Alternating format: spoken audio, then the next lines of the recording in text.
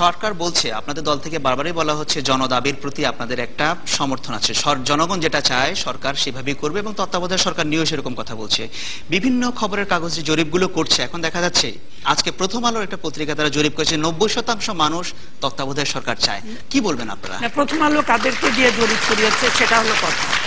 তারা এমন ধরনের সংস্থা দিয়ে জরিপ করিয়েছে, প্রথম আলো এই ধরনের অনেক জরিপ করে এবং আমরা তাদের, আমি বলতে বাধ্য হচ্ছি, তাদের একটা রাজনৈতিক দিক দর্শন আছে। এই কাগজটি মোটেও নিরপেক্ষ না এবং শেষ পর্যন্ত তারা দেখা যায় যে এই দেশে তারা যে ধরনের তা সেই এদের সম্পাদক তো তওবা সম্পাদক, উনি এক একটা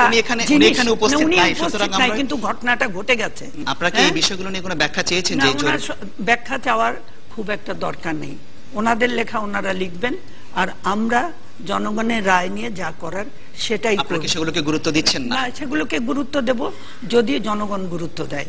এটা ওনাদের মতে, ওনারা কাদের ভিতরে সায়েন্টিফিক সার্ভে এখন ওনাদের দৃষ্টিতে, ওনারা কজন জনগণের কাছে গেছেন আর বাংলাদেশে কজন জনগণের কথা, আমি ধরেন সেই ইন্টারনেটের কথাই বলি, কত পার্সেন্ট লোক ইন্টারনেট ব্যবহার করে, ওনাদের বলা সেই রিপোর্ট সেটাকে আমাদের শতসিদ্ধ মানে সেই সর্বশেষ কথা বলে ধরে নিতে হবে।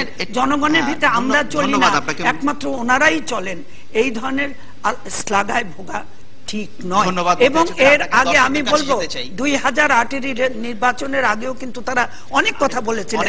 -2 থিওরির পক্ষে এই কাগজটি ছিল, -2 তারা প্রতিষ্ঠিত করতে পারে নাই। কাজে জনগণ সম্বন্ধে তাদের কথাই শেষ কথা।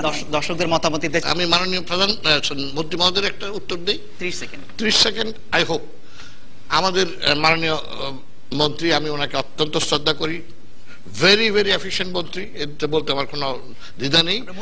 মূল কথাটা আসি, উনি বললেন সংবাদপত্রের জরিপ সম্বন্ধে, জরিপ টরিপ কিছু চাই না, একটা কাজ করেন, সরকারে আছেন, গণভোট দেন, গণভোট দেন, ওদের মতামত নিয়ে নেন, সব ঠাড়া চুকে যাবে। আমি মতিয়া চৌধুরীর কাছে, কি মতিয়া চৌধুরী গণভোট দেওয়ার যে কথা বলছেন সেরকম কোনো সুযোগ কি আছে? ওনারা বিদেশি কথা বলছেন তো, সেখানেও কিন্তু আছে যে বলা হচ্ছে সংবিধান সম্মতভাবে ঐক্যমত পোষণ করি ইলেকশনের ব্যাপারটা নামাতে হবে। সুতরাং সংবিধানকে আগে আপহোল্ড করা, তারপর ওনাদের বিভিন্ন প্রস্তাব। আর আমি একটি কথা এর সঙ্গে সংযোজন করি, না হলে মানে খুবই ভুল হবে, যে আমাদের একজন কর্মী দেবাশিস, তার নামে যেভাবে নাম ধরে ওনাদের নেতা জনাব এম.কে. আনোয়ার বলেছেন যে সে কোরআন শরীফে আগুন দিয়েছে, এখন যখন কেস করে ওয়ারেন্ট ইস্যু হয়েছে, পুলিশ গিয়ে কিন্তু এম.কে. আনোয়ারকে খুঁজে পাচ্ছে না।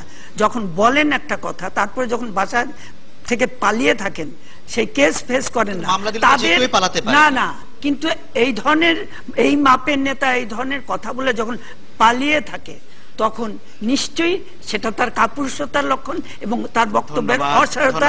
একই সঙ্গে আমি এটা বলবো যে আজকে সেই প্রথম আলোর প্রসঙ্গে আমি ফিরে যাচ্ছি, যারা নোংরা একটা বক্তব্য ছাপায়, তারপরে খালি সরি আপনি বললেন, আমার শার্টটা পুড়ে গেলো আপনার সিগারেটের আগুনে, ওই সরির কোনো দাম নাই, নোংরা।